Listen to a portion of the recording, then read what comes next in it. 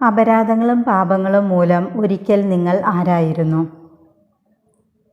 ഉത്തരം, മൃതരായിരുന്നു. എഫെസസ് 2:2 അന്ന് നിങ്ങൾ എങ്ങനെ നടന്നിരുന്നു എന്നാണ് പറയുന്നത്.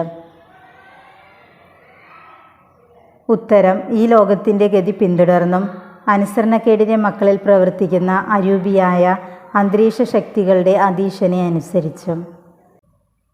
അനുസരണക്കേടിൻ്റെ ഈ മക്കളോടൊപ്പം ഒരു കാലത്ത് നമ്മളും ശരീരത്തിൻ്റെയും മനസ്സിൻ്റെയും അഭിലാഷങ്ങൾ സാധിച്ചുകൊണ്ട് എങ്ങനെ ജീവിച്ചു? ഉത്തരം, ജഡമോഹങ്ങളിൽ ജീവിച്ചു.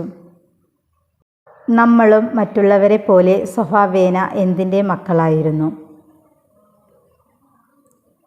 ഉത്തരം, ക്രോധത്തിൻ്റെ. നമ്മൾ പാപം വഴി മരിച്ചവരായിരുന്നിട്ടും കരുണാസമ്പന്നനായ ദൈവം നമ്മോട് എന്താണ് കാണിച്ചത്? ഉത്തരം, മഹത്തായ സ്നേഹം. നമ്മൾ പാപം വഴി മരിച്ചവരായിരുന്നിട്ടും കരുണാസമ്പന്നനായ ദൈവം നമ്മോട് കാണിച്ച മഹത്തായ സ്നേഹത്താൽ എന്തൊക്കെ ചെയ്തു? ഉത്തരം, ക്രിസ്തുവിനോട് കൂടെ നമ്മെ ജീവിപ്പിച്ചു, കൃപയാൽ രക്ഷിക്കപ്പെട്ടു. യേശുക്രിസ്തുവിനോട് കൂടെ അവിടുന്ന് നമ്മെ ഉയർപ്പിച്ച് സ്വർഗത്തിൽ അവനോട് കൂടെ ഇരുത്തുകയും ചെയ്തു. ക്രിസ്തുവിനോട് കൂടെ നമ്മെ ജീവിപ്പിച്ചു, കൃപയാൽ നിങ്ങൾ രക്ഷിക്കപ്പെട്ടു. യേശുക്രിസ്തുവിനോട് കൂടെ അവിടുന്ന് നമ്മെ ഉയർപ്പിച്ച് സ്വർഗത്തിൽ അവനോട് കൂടെ ഇരുത്തുകയും ചെയ്തു. എന്തിന്? ഉത്തരം, യേശുക്രിസ്തുവിൽ നമ്മോട് കാണിച്ച കാരുണ്യത്താൽ വരാനിരിക്കുന്ന കാലങ്ങളിൽ തൻ്റെ അപരിമേയമായ കൃപാസമൃദ്ധിയെ വ്യക്തമാക്കാനാണ് ഇപ്രകാരം ചെയ്തത്. വിശ്വാസം വഴി കൃപയാലാണ് നിങ്ങൾ ഉത്തരം, രക്ഷിക്കപ്പെട്ടത്. അത് നിങ്ങൾ നേടിയെടുത്തതല്ല, ദൈവത്തിൻ്റെ ദാനമാണ്. എന്ത്? ഉത്തരം, വിശ്വാസം വഴി കൃപയാൽ രക്ഷിക്കപ്പെട്ടത്. നാം ദൈവത്തിൻ്റെ എന്താണെന്നാണ് പൗലോസ്ലീഹ എഫെസസ് 2:10 പറയുന്നത്? ഉത്തരം, കരവേലയാണ്. ദൈവം മുൻകൂട്ടി ഒരുക്കിയ എന്ത് ചെയ്യാൻ വേണ്ടിയാണ് നാം യേശുക്രിസ്തുവിൽ സൃഷ്ടിക്കപ്പെട്ടത്? ഉത്തരം, സൽപ്രവൃത്തികൾക്കായി.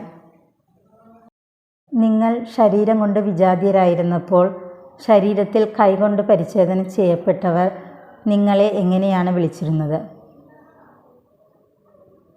ഉത്തരം, അപരിച്ഛേദിതർ.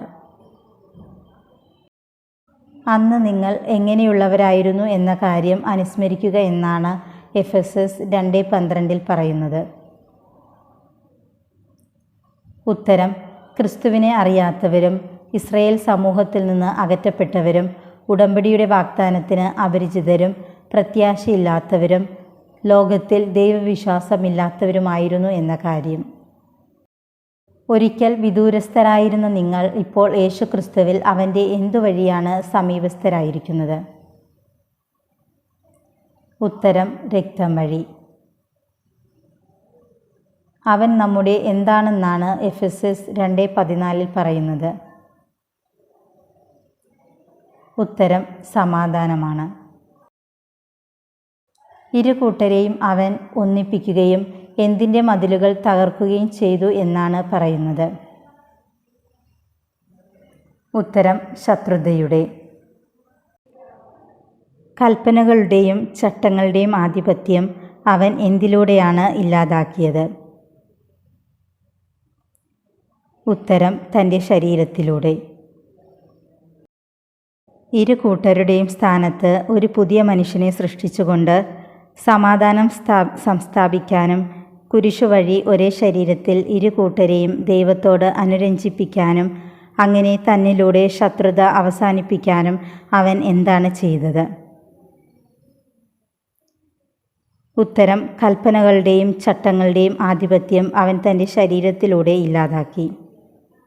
വിദൂരസ്ഥരായിരുന്ന നിങ്ങളോടും സമീപസ്ഥരായിരുന്ന ഞങ്ങളോടും അവൻ എന്താണ് ചെയ്തത്? ഉത്തരം: സമാധാനം പ്രസംഗിച്ചു. ആരോടാണ് അവൻ സമാധാനം പ്രസംഗിച്ചത്? ഉത്തരം: വിദൂരസ്ഥരായിരുന്ന നിങ്ങളോടും സമീപസ്ഥരായിരുന്ന ഞങ്ങളോടും. അവനിലൂടെ ഒരേ ആത്മാവിൽ ഇരു കൂട്ടർക്കും ആരുടെ സന്നിധിയിൽ പ്രവേശിക്കാൻ സാധിക്കുന്നു എന്നാണ് പറയുന്നത്? ഉത്തരം: പിതാവിൻ്റെ.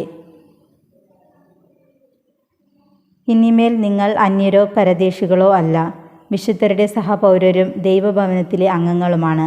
അധ്യായവും വാക്യവും പറയുക. ഉത്തരം: എഫെസസ് 2:19. നിങ്ങൾ ആരുടെ സഹപൗരരും ദൈവഭവനത്തിലെ അംഗങ്ങളുമാണ്? ഉത്തരം: വിശുദ്ധരുടെ. അപ്പോസ്തലന്മാരും പ്രവാചകന്മാരുമാകുന്ന അടിത്തറമേൽ പണിതുയർത്തപ്പെട്ടവരാണ് നിങ്ങൾ. ഈ അടിത്തറയുടെ മൂലക്കല്ല് ആരാണ്? ഉത്തരം: ക്രിസ്തുവാണ്. ക്രിസ്തുവിൽ ഭവനമൊന്നാകെ സമന്വയിക്കപ്പെട്ടിരിക്കുന്നു. കർത്താവിൽ പരിശുദ്ധമായ ആലയമായി അത് ഉത്തരം: വളർന്നുകൊണ്ടിരിക്കുന്നു. പരിശുദ്ധാത്മാവിൽ ആരുടെ വാസസ്ഥലമായി നിങ്ങളും പണിയപ്പെട്ടുകൊണ്ടിരിക്കുന്നു? ഉത്തരം: ദൈവത്തിൻ്റെ.